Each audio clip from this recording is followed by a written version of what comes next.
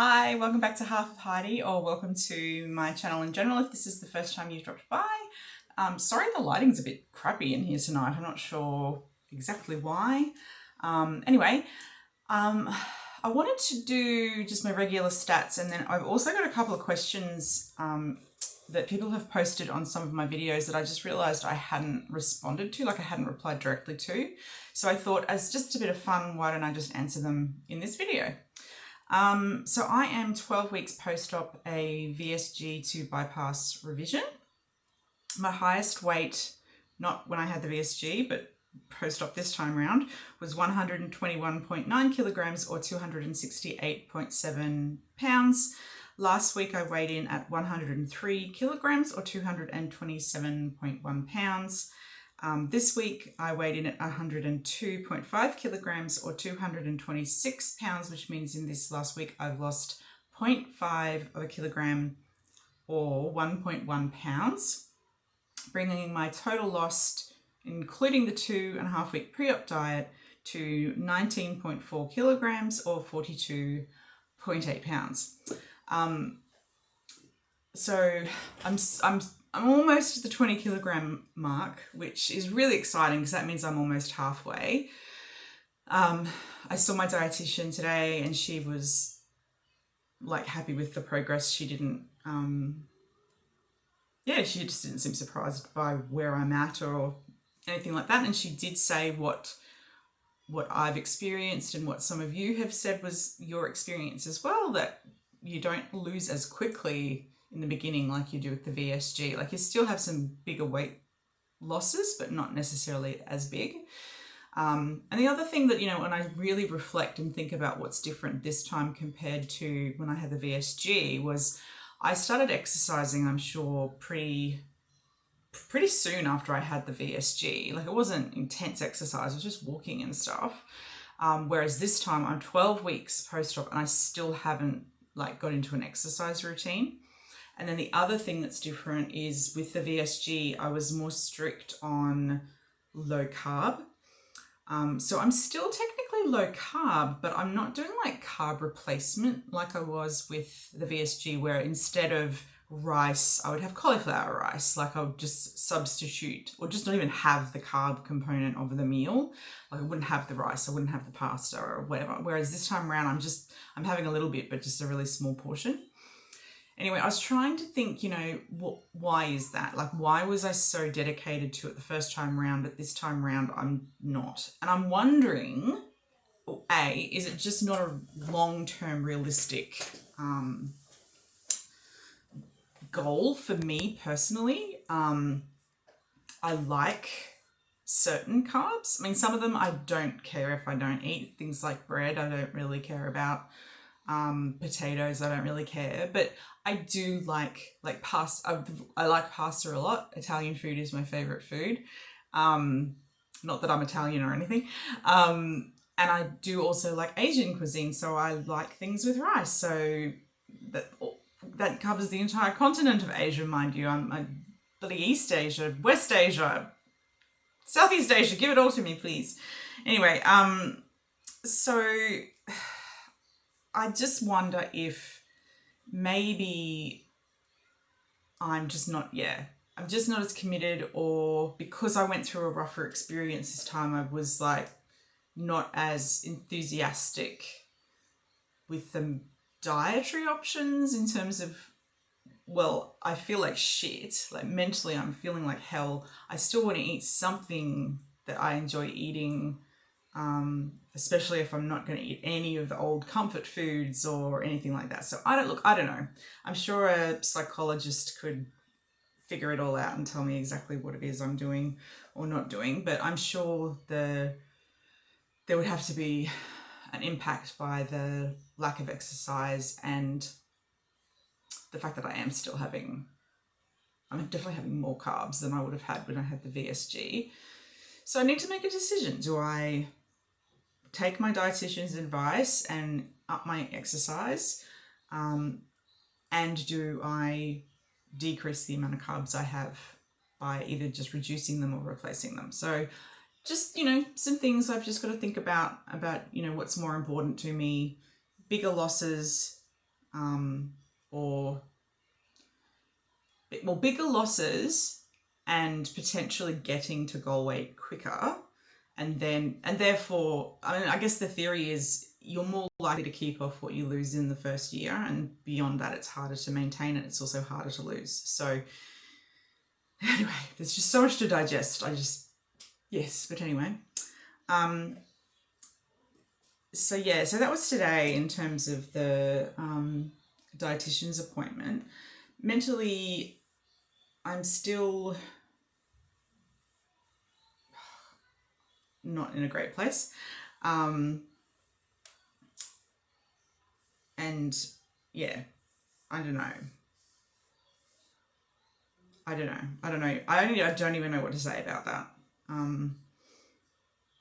I just know that some of you are going through the same thing, going through your own hell, and I see you and I feel you. It's shit. It's really shit. But anyway. Okay, so I'm going to answer some questions. So I had a question from Mama's Story Time, who is in New Zealand, who wanted to know how much I spent on the revision here in Australia. So I had private health insurance. So my private health insurance covered about $7,500. This is all AUD. $7,500, I think, in costs. And then my surgeon, I think he charged me about $8,000 or $9,000, like there was a surgeon fee or something like that, and then the anaesthetist fee, and yeah. So all up, I think maybe 16 or 17,000 from memory. It's really hard. Maybe it was a bit more than that, and I'm just not doing the maths properly. Maybe it was closer to 20 grand, but it wasn't as much as having the VSG. I remember the VSG being more expensive. Don't know why. Maybe because, I don't know why. Why is it? I've got no idea. Plus my surgeon charges a lot over the gap, like between what the private health will cover and what his fee is. Like, he's not a cheap surgeon, and I know that, like, I'm aware of that, and I could have shopped around and got a better price, but I just wanted to go with the same surgeon, really. So another question from Jamie was, have I experienced any vomiting, and are there any foods that I can't have? I haven't experienced as much vomiting like I did with the VSG. I feel like I had more restriction with the VSG that resulted in vomiting because of accidentally overeating. Whereas I feel like with the bypass, it's almost like I get more of a warning when I'm filling up, so I can stop in time, or I'm just really used to it by now. I think I've only vomited from actually being sick, not because I overate. Maybe I've done it once, but it's not been a problem. And in terms of, is there any food I can't have? I haven't tried dense meat yet. So like a steak or a pork chop, or just like a big chunk of meat. I've like doing mince and that kind of stuff. I've had some chicken, but again in a saucy stir fry, and I've had really slow cooked beef, so I know that's all fine. But yeah, I haven't tried like a steak or anything like that yet, only because I just remember with the VSG it didn't sit well, and so I just haven't bothered trying it yet. Then the other thing is, and I haven't tried it more than once, but I had custard, and I don't know if it was the sugar content or whatever, but that definitely made me dump. So I have really avoided sugary foods since then. I mean, I'd love to do an experiment, but at the same time, I'm not really keen to experience dumping. It's not very nice, but I am curious to see like what can I get away with versus what can't I? But I'm trying to be so good with the sugary stuff because I'm not so great with the other types of carbs. But anyway, now I apologize. I'm totally going to pronounce your name wrong, so correct me in the comments. Cerinthia was that anywhere near how to pronounce your name, wanted me to talk about head hunger and what that is like, especially in the beginning, I think, post-surgery. Now, my head hunger was intense. Oh my God.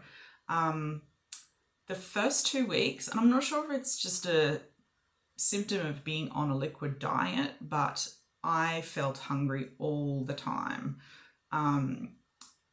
It was bad, and I was adding protein to all of my liquids. So whether that was, the soups or the drinks or whatever, I was adding protein to everything. So I know I was getting enough protein, and technically I was drinking plenty and I was eating plenty. But yeah, the head hunger was really intense, and it came with very specific cravings for certain food, like really specific. And it would often actually be triggered by ads on like social media or things that I would see browsing online, and I'd be like, that thing would just get stuck in my head as I really, really wanted that. So yeah, head hunger was really bad in the beginning. I'd say by 6 weeks, I probably had leveled out with the whole head hunger thing.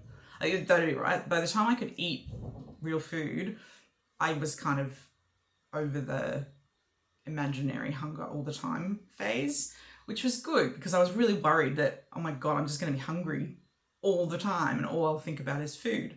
But yeah, no, now I still just go back to regular. I don't really feel hungry when I wake up in the morning. I'm usually hungry by lunchtime, and I'll get hungry again around dinner time. Sometimes later at night I'll get hungry. But that's probably just because I genuinely haven't eaten enough that day. So it's probably real hunger. And then sometimes I think head hunger is also a little bit more thirst than hunger. So sometimes I'll have a drink and see if that gets rid of the hunger, and if it doesn't, then I'll consider eating in 15 minutes to half an hour as you're supposed to wait. But anyway, yeah, look, if you've asked me a question and I haven't replied directly to you, I apologize that I missed some of them when I had my bad spell. Mental health crisis. If you've missed a question, like I went back and had a look at the comments, but if I've missed a question, please feel free to, I don't know, poke me and tell me and ask me again. Somebody also did ask if I have Instagram. I have my Instagram from when I did the VSG. So it's Baby Fefs. I'll put it in the description box. Baby Fef. I'm going to say it. Baby Fefs _VSG. I'll put it in the description box. But when I had my daughter, I only posted a few times with my daughter, and then my mental health just turned to absolute shit. So I stopped actually recording my journey on Instagram. But you're welcome to go check out my original story if that interests you at all. And I actually have opened up my Instagram to my friends and family now, and I actually haven't announced to many people that I've had the bypass, so I'm not really that keen to push on my Instagram stuff about the bypass.